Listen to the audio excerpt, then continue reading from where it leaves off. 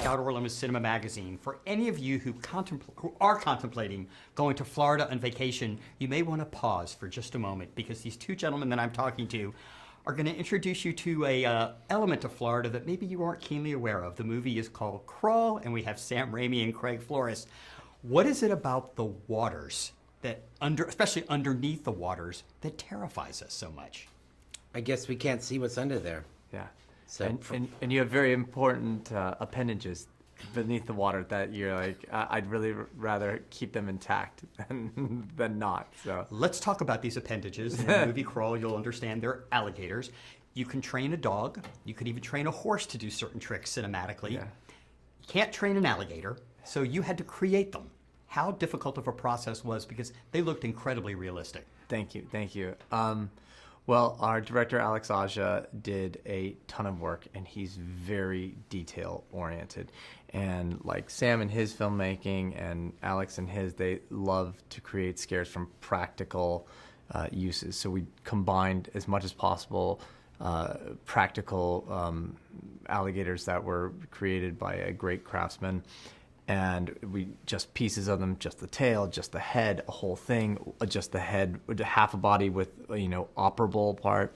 But what we found was that what Alex discussed with Sam and I was that, the great speed that a real alligator moves at when it wants to grab prey it cannot be replicated with a practical alligator. So at that point, we knew we needed to engage with visual effects companies, and in this case it was Rodeo Visual Effects, who had done the alligator in Jumanji and the alligator in Tarzan, and then we had them take those and go another level of reality on top of it, especially because Alex is so detailed and very good with visual effects. So you didn't even know.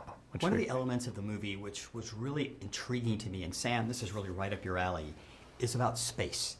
And you've done so many of genre-type movies, and an audience can feel claustrophobic in a way, and that's to your advantage.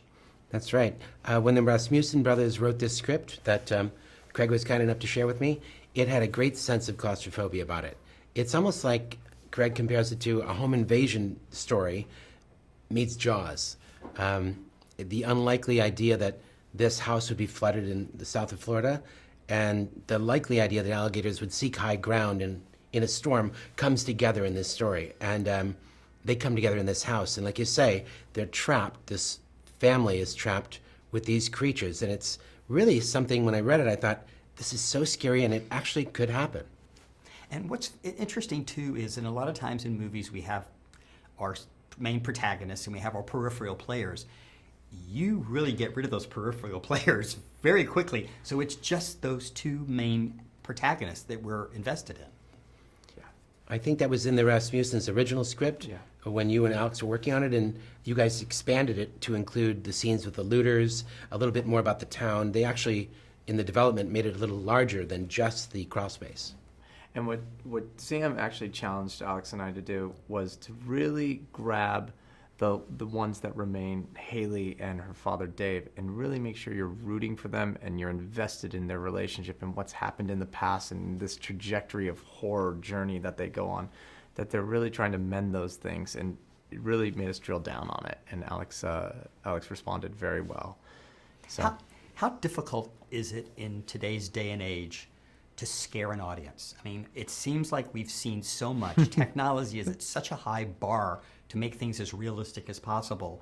How do you engage an audience to be jumping out of their seat? I think one of the great tools that filmmakers have is connection to the characters. The audience believing these are real people, that they can understand. Hopefully they have flaws to make them real, but hopefully they've got a spirit that you admire and can connect with, so you're rooting for them to survive this terrible experience. I think that, more than anything, is the key to a successful horror picture. Well, thank you for making me never want to go to South Florida again, especially during a hurricane. Or any place in the South. That's right. I love Florida. Oh, my gosh. Anyway, Craig, Sam, thank you so much. Thank you so much. Till next time.